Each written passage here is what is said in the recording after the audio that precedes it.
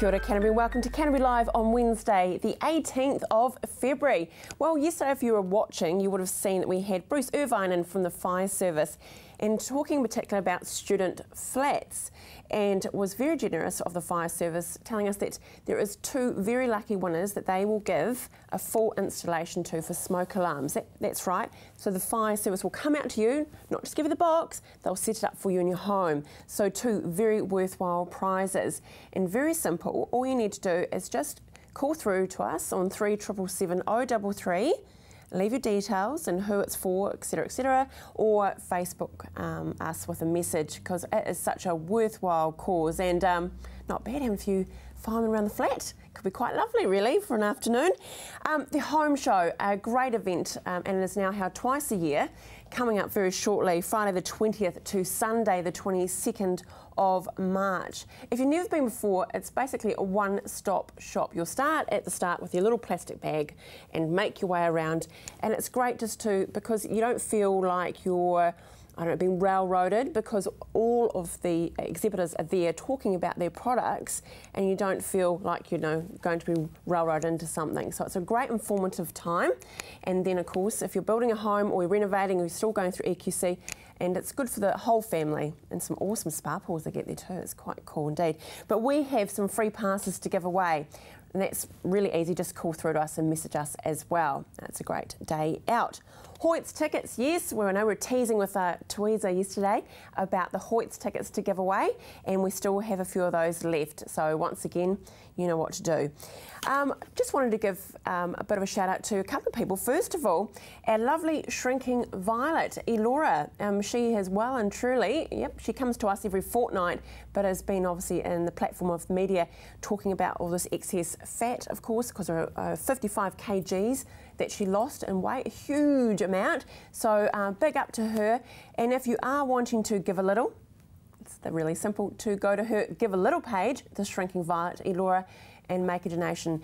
It's a little bit of controversy around it, whether or not she's deserving, and everyone has their opinion. But hey, you also have the great option to go to the page or not, or keep stum, because I think she's done a fantastic job at losing a credible amount of weight. But a very, very special day today for one lovely chap that's looking after me. I'm actually not looking directly at him, but maybe down the barrel that he's working on, and that's Harry. He's on camera one today. Many happy returns, sweetheart. I hope you have a great day, and I believe he's got a big chocolate muffin that is in the control room. So I hope Dougie hasn't eaten half of it. We'll see. Hey, coming up on today's show, we have the sweet Adelines, well, 4 of them actually, to be fair, in the studio, because they will be part of the garden party at Edmonds. So we'll learn more about that.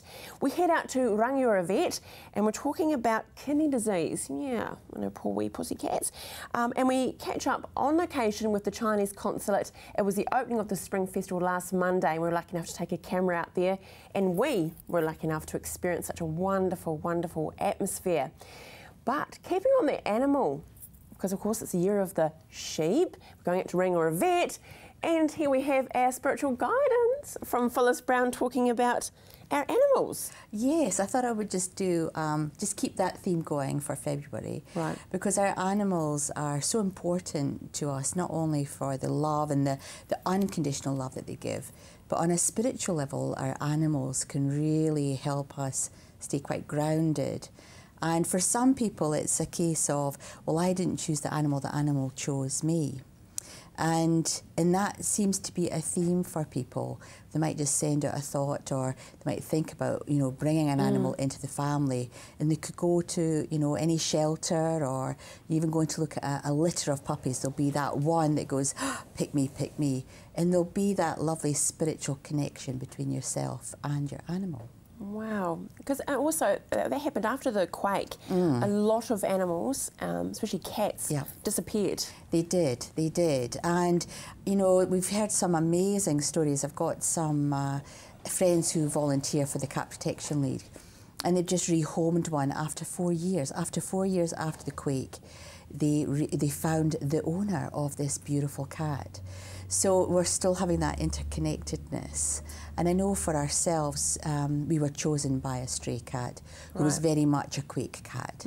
So you couldn't leave any doors locked or windows closed. He had to have an escape route, so he was obviously quite traumatised.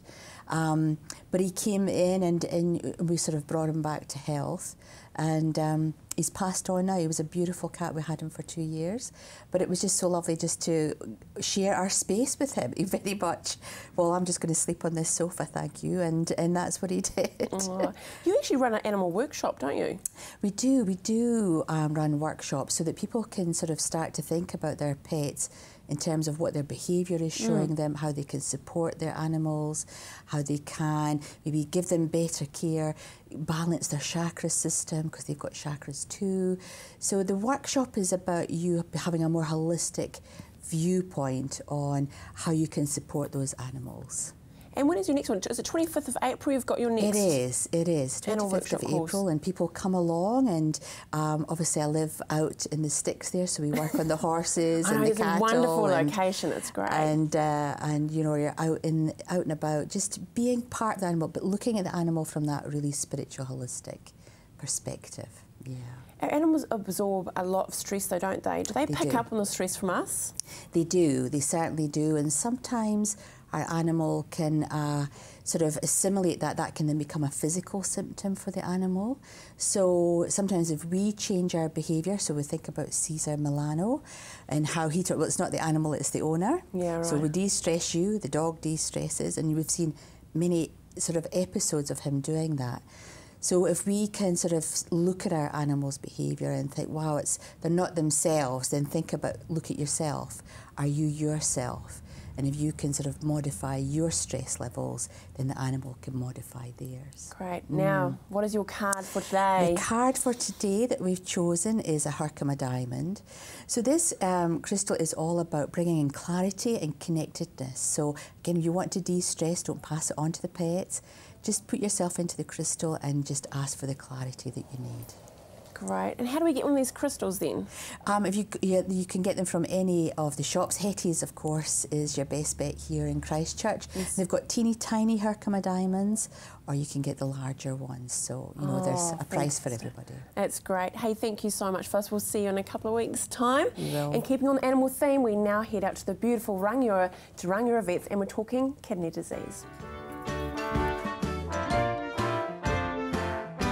This week at the Rangiora Vet Centre, Jazzy is getting treated for kidney disease, and we find out what symptoms to watch out for in your cat. I'm Rebecca and I'm one of the vets from RVC, and today we're going to talk about pets who drink a lot of water, and specifically Jazzy here, who is an older cat who's recently been diagnosed a couple of days ago with some kidney disease. So it's a really common presentation from a client to bring in a pet when they're concerned that their dog or cat is drinking a little bit more, and it's certainly something that we're always on the watch for. We'll ask it often as a question in an older animal in a routine checkup, how much water they're drinking.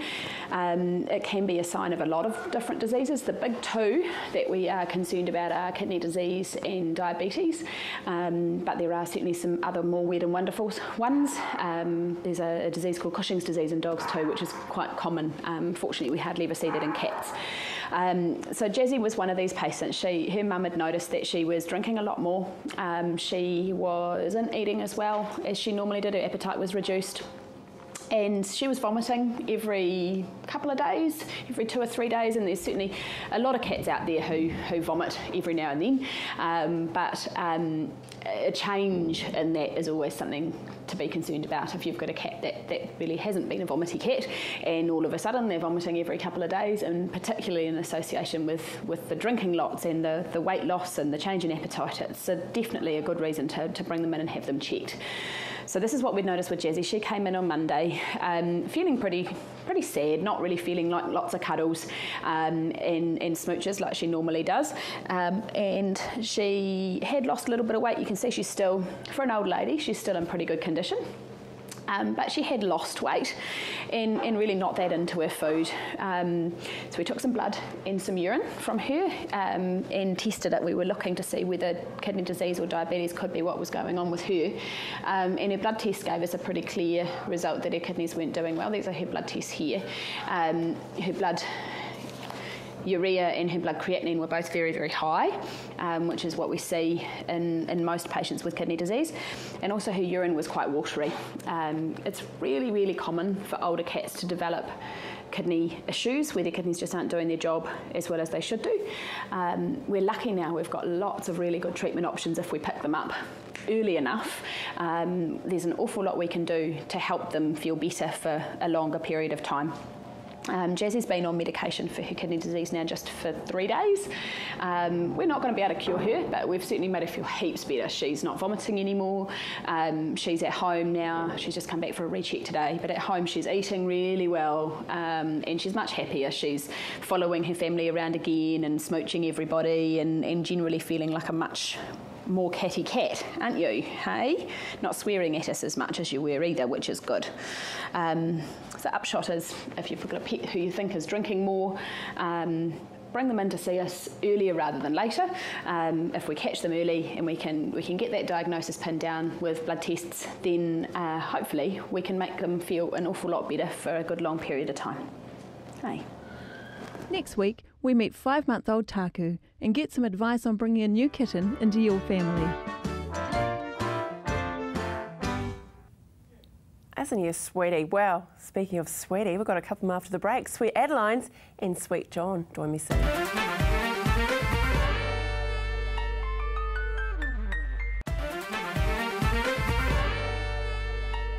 Well, fun and games will be had on the 28th of February, won't they, John? 22nd. 20, oh, I thought it was the 28th. We've got 28th here. Oh, it's the 22nd. Hold on, what's the... it's just 20, sorry about that.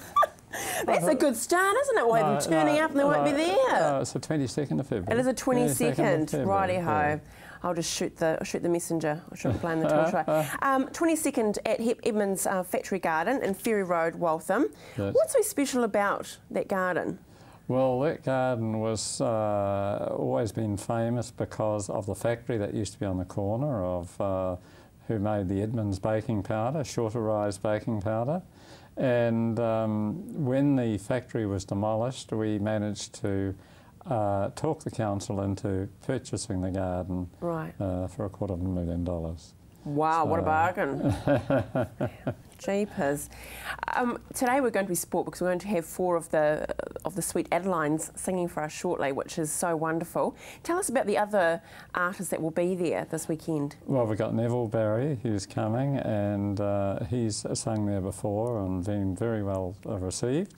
And there's also the Steadfast Brass Band, and of course we've got the wonderful Kim Blackmore. And Kim has been involved with this garden party just about from year 1. Wow. This is well over the 20th year that we've actually held the garden party. Describe to us, if we haven't been there before, who is the event for? Well, it's just an event that the Friends have developed to make people aware that the gardens are there. There's still a lot of people in Christchurch don't even know it's there. And it's not, we don't do it for profit, we do it just to make people aware that it's there, or naturally we do make a profit. And we've got some wonderful sponsors as well, because Goodman Field supply all the scone mix for the, for the afternoon teas. And then we've got the Higgins Community Board, which are an amazing, I think it's the best board in Canterbury. You're not biased, are you? Not at all. I've only been dealing with them for about 30 years. And they support us very well as well. Yeah. So it's very well received, and of course the Friends themselves organise it. That's right. And tell us, of course, when we go along, how much does it cost to go? It's free to enter. Yes. Yeah, and you can get an afternoon tea for $2. $2? Well, because Goodman Field has supplied all the scone mix. Well, you could be a bit cheeky and actually up it to $4, couldn't you, really? Yeah. But that's very generous. So Wow, no pressure. What kind of scones do you like? Actually, that's a question for you. Do you like savoury scones or sweet scones? These are scones. I like sweet scones, and Yes. we've got jam and cream on them. Love jam and cream. I tell you what, I'm quite partial to old date scone, to be fair. Oh, okay. A lot of that good butter.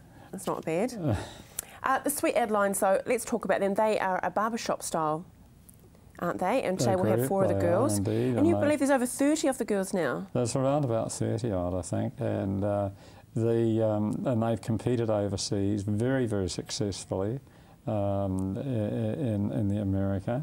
Wow, well, let's let them speak, or rather sing for themselves. Now we have the Sweet Adelines. Crazy, crazy, I'm crazy for feeling so lonely, so lonely, so lonely and blue. I'm crazy, crazy for feeling so blue, crazy for feeling so lonesome and doggone blue. 'Cause I knew you'd love me as long as you wanted. You'd love me as long as you want. Then someday you'd leave me for somebody new, somebody new. And so I worry. Why do I let myself worry? Tossing and turning the whole night through, wondering, wondering, what in the world did I do? Oh, crazy, thinking that my love could hold you, thinking my love could hold you. I'm crazy for trying and crazy for crying, and I'm crazy for loving you, loving you. Crazy, crazy for thinking that my love could hold you, could hold you. Ba ba ba ba ba ba ba ba. I'm crazy for crazy, ba ba ba, crazy for crazy, ba ba ba, crazy for feeling so blue, and I'm crazy, crazy, crazy for loving you, crazy for you. Oh, and I believe that was dedicated to Harry on camera today for his birthday, and to you, John. What was that? It was dedicated to you as well, the old sweet words from the other Sweet Adeline. Was it? Hey, just to recap though, this Sunday, February 22nd, bring your seat rug along to the Edmonds Factory Garden, and I have it from first hand that it's going to be great weather on Sunday. All the best to you. Hey, stay with us after the break. As promised, we were on location to Chateau in the Park for the Spring Festival opening with the Chinese consulate.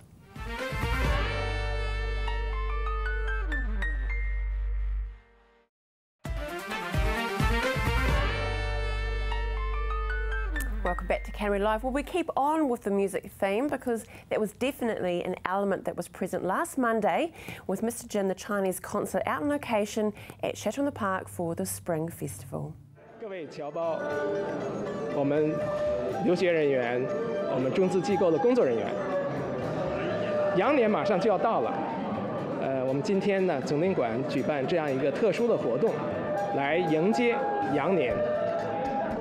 我衷心的祝愿我们所有的侨胞，羊年大吉，家庭幸福，事业有成，喜气洋洋，一切如意。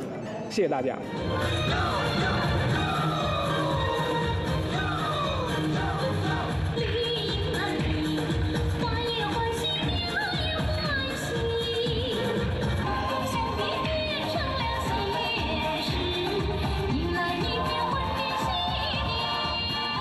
This is a very special day. In just 10 days, we'll embrace the Chinese New Year. That's the year of the sheep. This year, currently is the year of the horse. So we are in the period of time of saying goodbye to the old year and embrace the new year.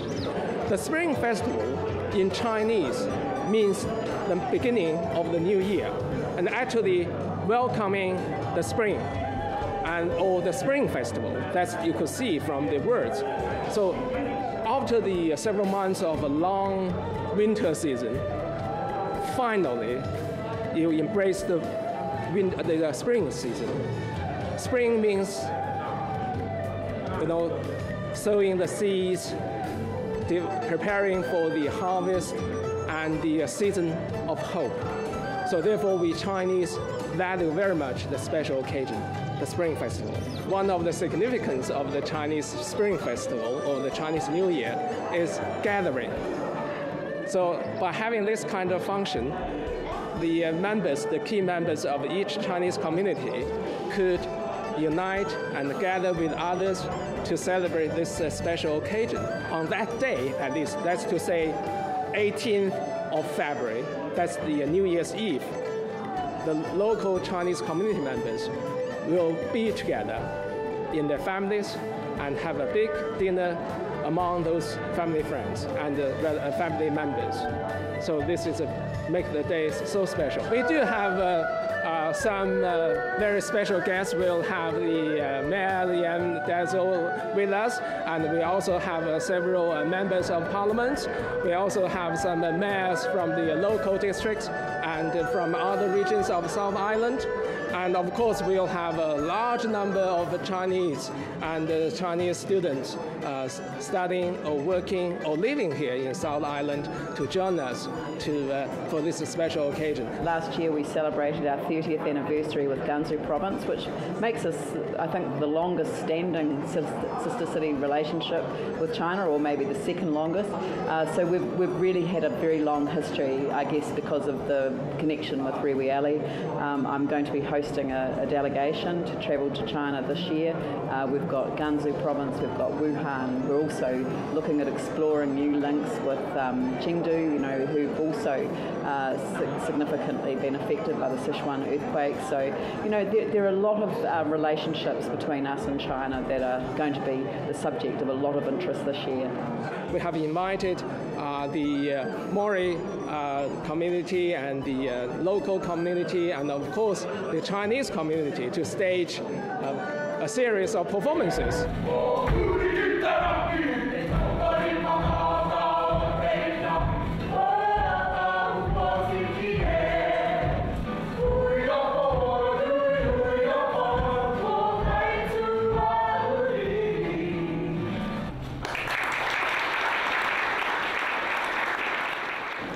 Very important that we celebrate, big events in other cultures. The Chinese community is a big part of Christchurch, and of course Canterbury. On the coat of arms we've got the fleece, so Year of the Sheep's pretty special as well.